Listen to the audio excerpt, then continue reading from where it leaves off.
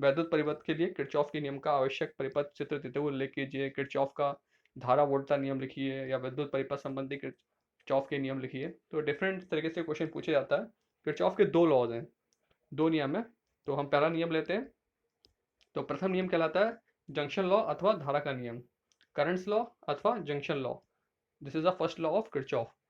तो Kirchhoff law का जो फर्स्ट लॉ है वो स्टेट करता है किसी वैद्युत परिपथ में किसी भी संधि, या संधि मतलब जोड़, जहाँ पे जंक्शन, जहाँ पे जुड़ाव होता है, पर मिलने वाली समस्त धाराओं का बीजगणितीय योग शून्य होता है, अर्थात sigma I is equal to zero.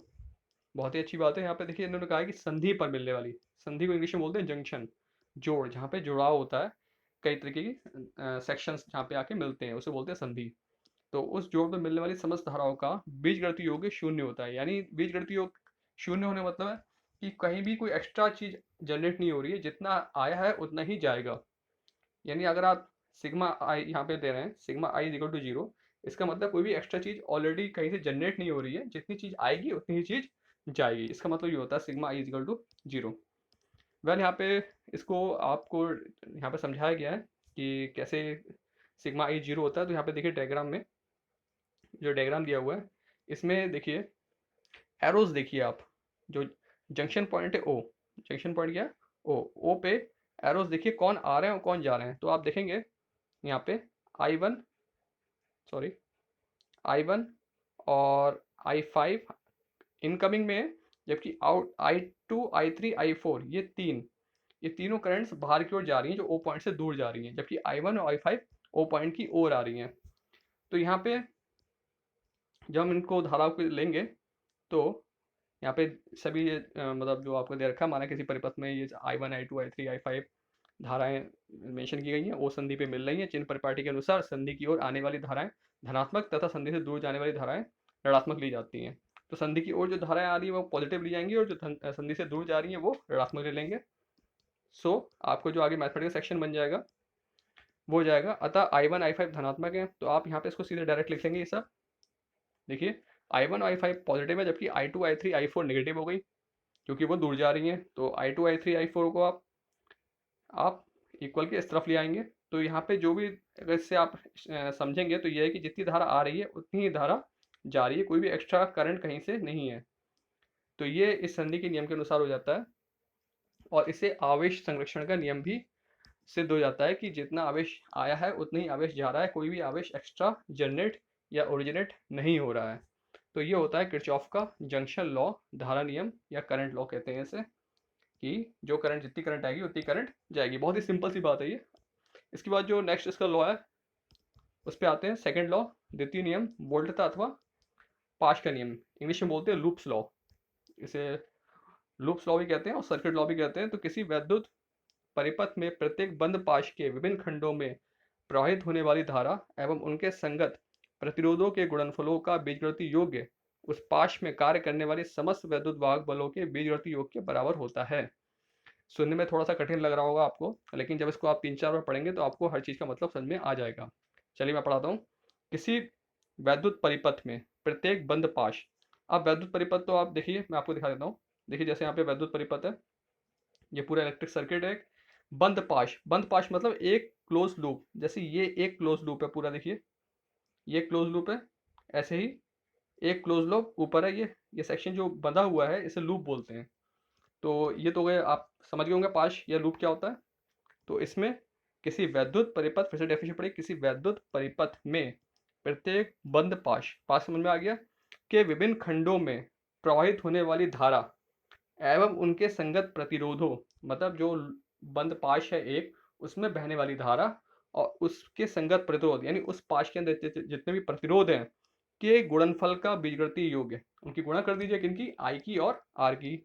आई मतलब करंट, धारा, और प्रतिरोध कैपिटल आर, दोनों की गुणा कर दीजिए, उनका योग कर दीजिए, यानी जितनी भी अलग अलग करंट है, जितने भी रेजिस्टेंस है, उनको गुणा करके जोड़ दीजिए, का योग उस पाश में कार्य करने वाले समस्त वैद्युत वाहक बलों के बीजगणितीय योग के बराबर होता है। अब उस पाश में अगर कोई सेल लगा हुआ है तो सेल का जो विद्युत वाहक बल है, तो जितने भी सेल लगे हुए हैं उनके सेलों का योग कर दीजिए। तो उधर उनके जो करंट और रेजिस्टेंस का जो मल्टीप्लाई होकर जोड़ा है, और जो इधर आपने जो विद्युत वाहक बल यानी सेल जो लगे हुए हैं उनके जो आपने विद्युत वाहक बल जोड़ लिए वो दोनों क्या होंगे, बराबर होंगे। तो अलग अलग तोड़ के समझेंगे तो आपको समझ में आ जाएगी बात कि जो सर्किट्स में करंट और जो रेजिस्टेंस है उनकी मल्टीप्लाई का एडिशन कर दीजिए। और सेकंड, आप क्या कर दीजिए, जितनी भी सेल्स हैं उनकी जितनी इलेक्ट्रिक मोटिव फोर्स है, ईएमएफ है, उनको जोड़ दीजिए। ये सब क्या होंगे, बराबर होंगे। देखिए यहाँ पे लिखा हुआ है sigma I R into sigma I R is equal to sigma E, यानी इधर आप करंट और रेजिस्टेंस की मल्टीप्लाई करके जोड़ रहे हैं। सिग्मा क्या होता है, एडिशन को दिखाता है। और इधर सारे जो सेल हैं, सबकी जितने भी सेल हैं उनकी वोल्टता जोड़ दीजिए, तो आपको ये सब चीज़ें क्या होंगी, बराबर होंगी। बहुत ही सिंपल सी बात है ये। आई होप आपको अब समझ में आ गई होगी।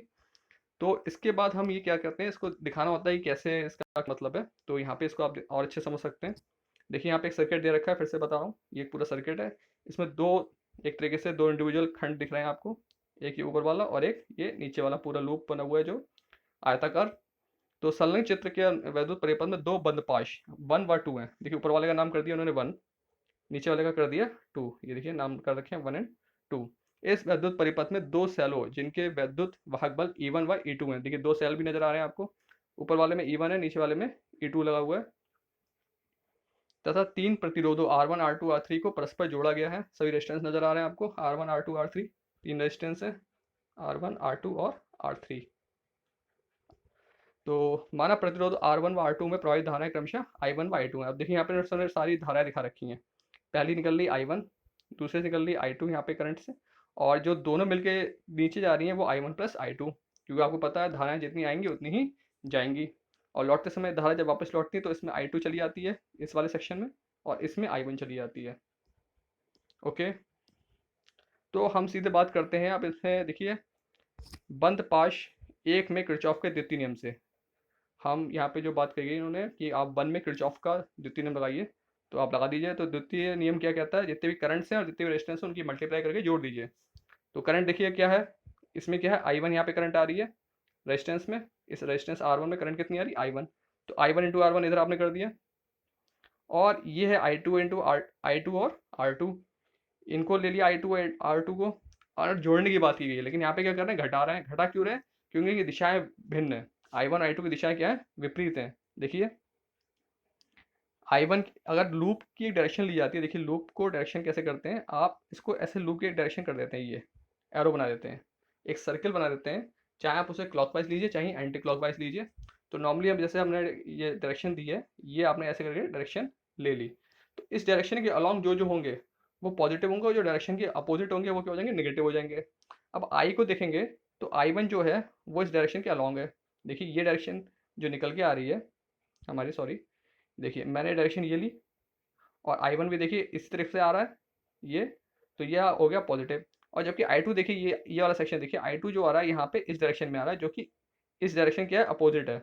इसलिए I2 क्या हो जाएगा, नेगेटिव हो जाएगा। तो यहाँ पे I2 R2 क्या है, नेगेटिव है, और I1 R1 क्या है, पॉजिटिव है। इसी तरीके से E1 और E2 की बात करते हैं। E1 देखिए यहाँ पे पॉजिटिव लिया जाएगा ये सेक्शन में, जबकि E2 क्या है, नेगेटिव लिया जाएगा, क्योंकि ये हमारा उल्टी डायरेक्शन में जा रहा है। तो यहाँ पे E2 क्या होगा, नेगेटिव होगा। यही सिस्टम हम सेकंड लूप के लिए यूज़ करेंगे। देखिए बंद पाश 2 के लिए भी अब यूज़ कर रहे हैं इसी चीज़ को, वहाँ पे भी इसी तरीके रूल लगाएंगे आप। तो वहाँ पे आ जाएगा I2 R2 I1 plus I2 R3। देखिए इसमें करंट कितनी है, I2 इस वाले में, जबकि नीचे वाले में कितनी है, I1 प्लस I2 करंट जा रही है। तो ये आ गया आपका I1 plus I2 into R3, क्योंकि नीचे R3 में मल्टीप्लाई होगी I1 प्लस I2 से, और R2 में होगी I2 से। लेकिन सेकेंड इसमें जो लगेगा, इसमें केवल एक ही सेल आ रहा है। देखिए नीचे वाले में केवल एक ही सेल है, वो है E2, जबकि ऊपर वाले में दो सेल थे। ऊपर वाला जो पाँच था उसमें ये भी सेल आया और ये भी सेल आ रहा है, जबकि नीचे वाले में केवल एक ही सेल आ रहा है। देखिए नीचे वाला जो लूप है इसमें केवल एक ही सेल आ रहा है, इसलिए केवल E2 आया यहाँ पे, राइट हैंड साइड पे E2 आया खाली। तो अब आपके सामने समीकरण आ गए। इन समीकरणों को हल करके I1 I2 के मान ज्ञात किए जा सकते हैं। इस प्रकार यह नियम ऊर्जा के संरक्षण नियम को व्यक्त करता है। तो देखिए यहाँ पे लूप लॉ लगा के दिखा दिया है कि ऊपर वाले में लूप लॉ कैसे लगेगा और नीचे वाले में लूप लॉ कैसे लगेगा। और जब एक्चुअल में नॉर्मल आएंगे तो वहाँ पे कुछ वैल्यूज दी गई होंगी, उन वैल्यूज को देखते हुए हम जो वैल्यूज जो क्वांटिटीज पूछी जाएंगी उनके हम चीज़ें सॉल्व करके निकाल लेंगे। तो ये होते हैं लूप लॉ। जो और लूप लॉ में कैसे लूप, सेकंड लॉ में कैसे, लूप्स लॉ में कैसे करंट और रेजिस्टेंस और आपके सेल्स के ईएमएफ जो ज्वाइन किए जाते हैं, कैसे ज्वाइन किए जाते हैं, यहाँ पे मैंने आपको बताया है। सो आई होप आप लोग को ये थोड़ा समझ में आया होगा। इस वीडियो को आप 1-2 बार रिपीट करके देखेंगे तो अच्छे से और चीज़ें क्लियर हो जाएँगी अगर कोई डाउट हो तो। वेल आज की क्लास में इतना रखते हैं, फिर आपसे मिलते हैं नेक्स्ट वीडियो में। तब तक के लिए धन्यवाद। Thank you.